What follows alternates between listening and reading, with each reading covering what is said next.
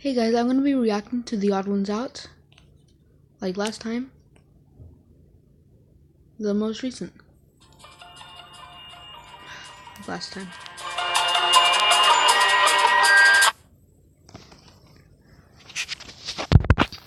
We're hairless animals too. If anything, other animals should think that we're ugly. So I look at this phenomenon and I have a theory. I think we humans find things covered in hair more cute. We're more attracted to things covered in hair.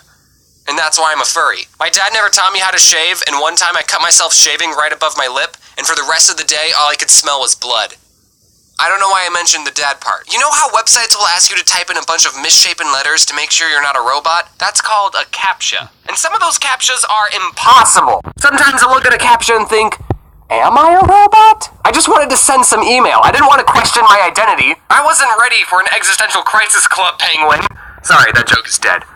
Just like Club Penguin. So here's the random thought. What if we lived in a robot society and robots had to prove that they weren't human to make a Facebook account? I think their CAPTCHA would be an optical illusion. Like to sign into a website, it'll show two lines and say, prove you're not a human, which line is bigger? Optical illusions are like CAPTCHAs for people. Every time you paint a room, it gets a little bit smaller. And if it takes you one can of paint to paint an entire room, then the room gets smaller by one can of paint. You brought a can of paint inside the room, you never took it out. Every time you smell something, molecules from that thing get sucked up into your nose, and that's how you're able to smell it. So that means every time you smell something, it gets a tiny bit lighter. Do archaeologists have lingo and jokes that only other archaeologists will understand? Like, there's a whole other world of jokes that I won't get to experience because I'm not an archaeologist. Like, one day, two archaeologists could be digging a hole and one says, I'm not finding anything. And then the other guy says, well, you know what they say in the archaeology business.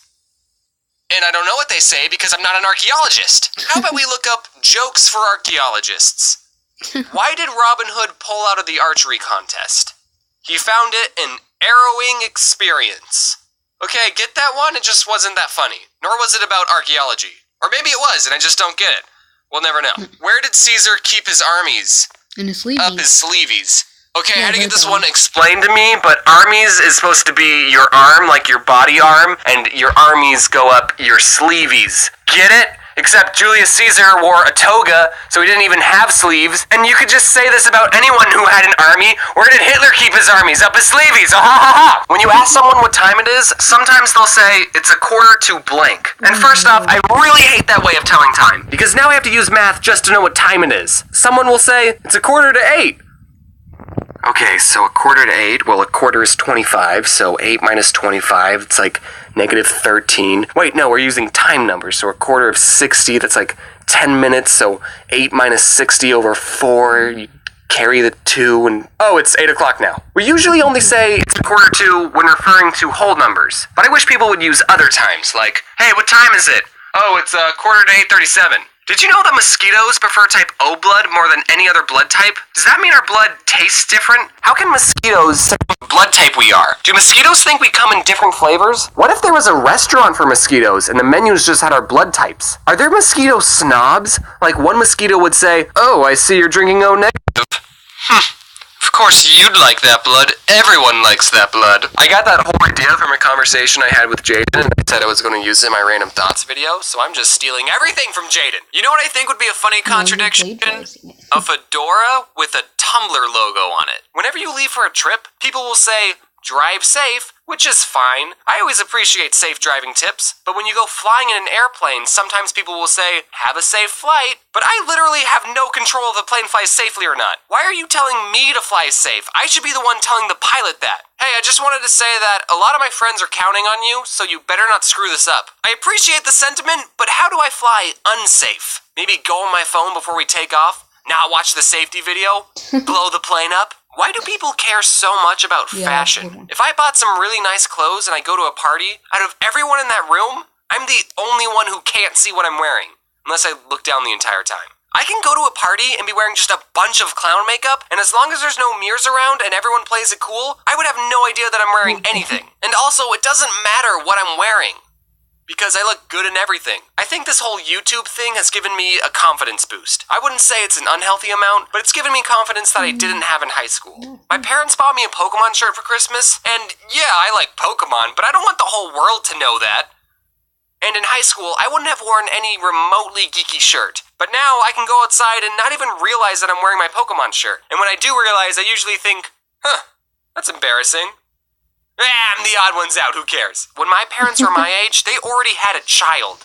And here I am, wearing a Pokemon shirt. You know how different states in America will have different names for certain things? Like some states call it pop instead of soda, or how they call it a washroom instead of a bathroom. Yep. And apparently in Rhode Island, they call a water fountain a bubbler, and everywhere else is just normal. Anyway, once I heard that down south, there's a phrase for when it's raining and the sun is still out. And that phrase is, the devil meeting his wife. Oh, isn't that so sweet? That means anyone can find happiness, even the devil. I love it when we give the devil more innocent and human characteristics. And given how few of times it rains in Arizona, I don't get to use that phrase very often. So already when it's raining, it's like, woo, it's raining, this day's gonna be great! But then when the sun's out, I get to say, look guys, the devil's meeting his wife.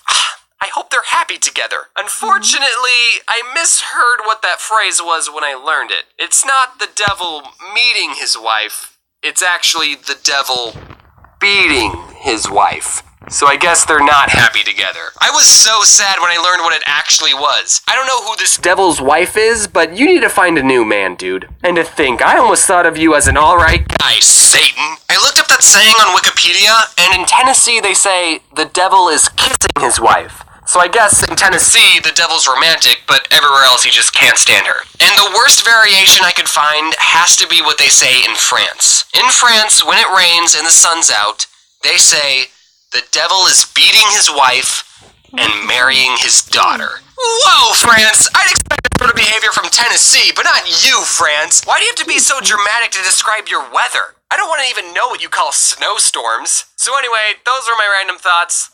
I swear I don't do drugs. So how's everyone's day today? Mine's pretty good, I just uploaded a video. Hey, did you guys know that I'm going to VidCon Australia? Probably not because I'm not on the website. I just asked the VidCon people if I could get a featured creator pass and they were like, yeah, sure.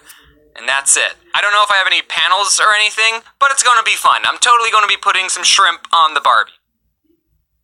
That was good. Bye.